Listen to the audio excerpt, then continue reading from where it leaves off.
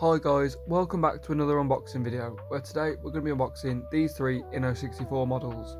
Make sure to stay to the end as you don't want to miss this one. But before we jump in, make sure to like, comment and subscribe, and also turn notifications so you never miss a video. So starting the video off, we've got this Nissan Primera P10 in gunmetal grey, and as you can see already from the get-go, the packaging is very nice and simple, very clean, and you can clearly see the car displayed on the box. Also, all the information is displayed on the bottom of the box that you would need, like warnings and socials, and there's also an outline of the car on the back of the box, which is a very nice touch for inno64 models. Now, I have already unboxed a Nissan Primera P10 on the channel before, but it was in the Calsonic livery. Now, with this one being in a gunmetal grey, you can see a bit more of the style of the car, obviously being a factory colour, but it is still sat on the same white 5-spoke wheels. Now, like I say, it's not a bad thing that they are on the same wheels, because the wheels do really suit the car, but with them being white, they are very bright on this car, and they do really stand out. And from afar or in the light, they do seem a little bit too bright, but it's not too big of a deal, as you can still see the full detail on them, like the individual writing, which unfortunately my camera doesn't pick up, but it is there when you've got the model in hand. Now, as you can see, the Primera does sit a lot lower at the front than it does the rear. Now, not all the Primeras did that in real life, but there was some of the Primera GTs that was a lot lower in the front, so it does kind of match that. And detail wise, I do think they've got this model absolutely spot on to the real thing. As you can see, the rear tail lights are so detailed, as you can see the multiple tones of the orange and the red. You can also see the silver on the underside of the exhaust and the titanium tips on the end of it. As you can see, every single panel is clearly marked. You can see the door handles and the fuel filler cap, and you can also see on the front the grille is nicely detailed, and also the indicators are the nice right shade of orange. You can also see the rubber trim going around the car, which again, very nice touch. You can also see it comes with a rear heated window feature, which again just keeps adding to the detail. Like I say, proportion of this model is very well done as well. The spoiler is very spot on. You can also see how well the interior is done, as you can get glimpses of that really detailed bucket seat on the driver's side, and how the harness is very detailed. Obviously, unfortunately, the wheels don't spin on this, as it is a display model, but like I say, it displays very well. As you can see in a diorama, it just fits right in, and you can see with it being lower at the front, it gives it a very evil stance. I haven't really touched on the paint application, but you can see that it's so glossy, the finish, and it's not laid on too thick at all. You can clearly see every single body line perfectly.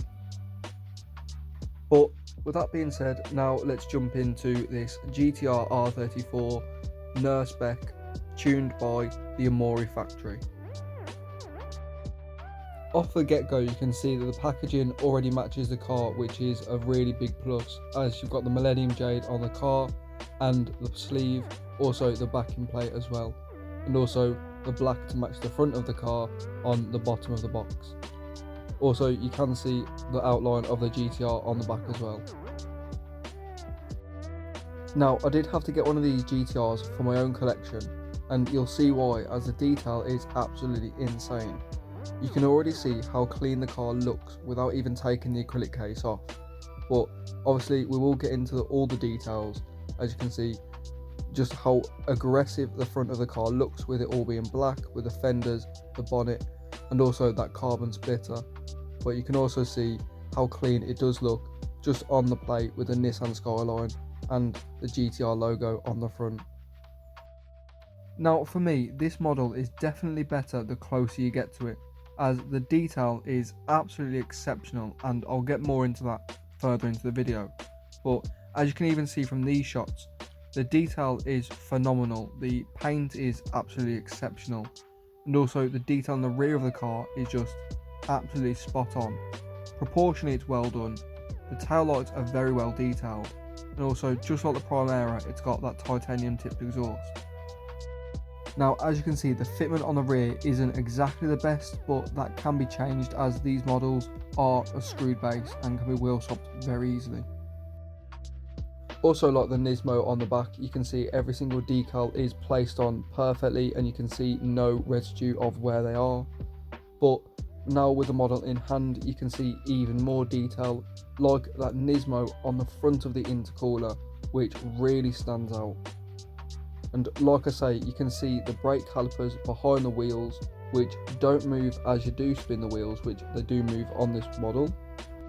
Now for me, this model is definitely one that the more you look at it, the more detail you will seem to find. As you can see on the A pillar, there's even a Nismo decal, which is absolutely incredible. It's so small and barely noticeable, but when you do notice it, it's just such a nice little detail to have.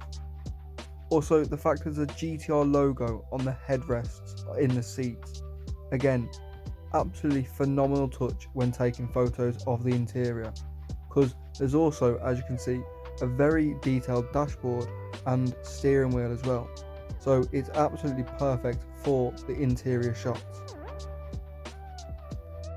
But like I say, the detail is absolutely incredible. But there is a tiny little flaw, and that is, as you can see, the black body kit from the front is a little bit too wide and the fitment isn't exactly the best, but it's not the end of the world. Now moving on to the last car of the video, we have this Santama Perfectural police car. Now I don't know if I pronounced that right, so please do correct me in the comments, but this is the R33 police car from inno64, and they do have an R32 and an R34 as well, and also a lot of other police cars in their range. But today we'll just be unboxing the R33.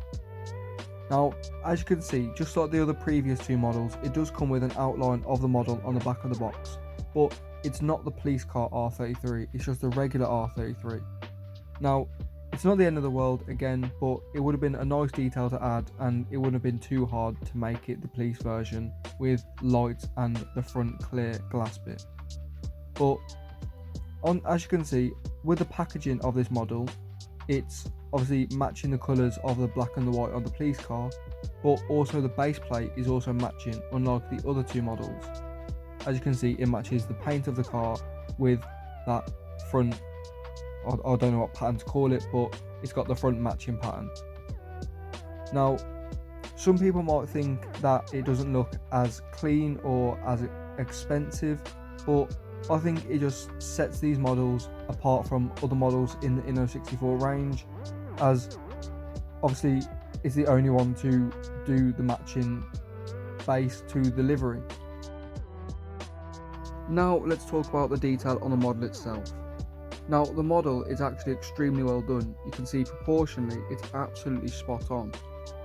The body lines are absolutely perfect, and as you can see, it comes on the proper R33 wheels.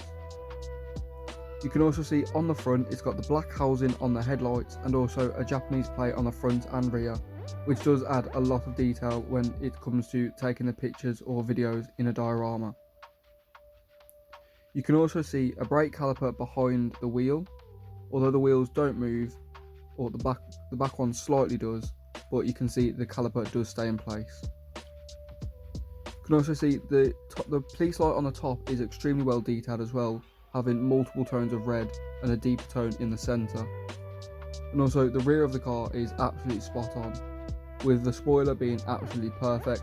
You can also see that twin exhaust, which when I flip the model over, you can see that it is a full exhaust system on the bottom of the car. You notice I did accidentally knock the antenna, but you can see it is very easily movable, but it is quite delicate at the same time, so that is something to be careful of.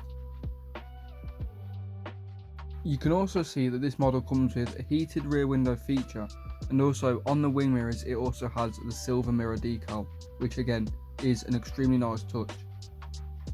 But I hope you can see in these diorama, or in these shots of the car in the diorama, you can see how much the number plate does really play a big part in how real the model does actually look.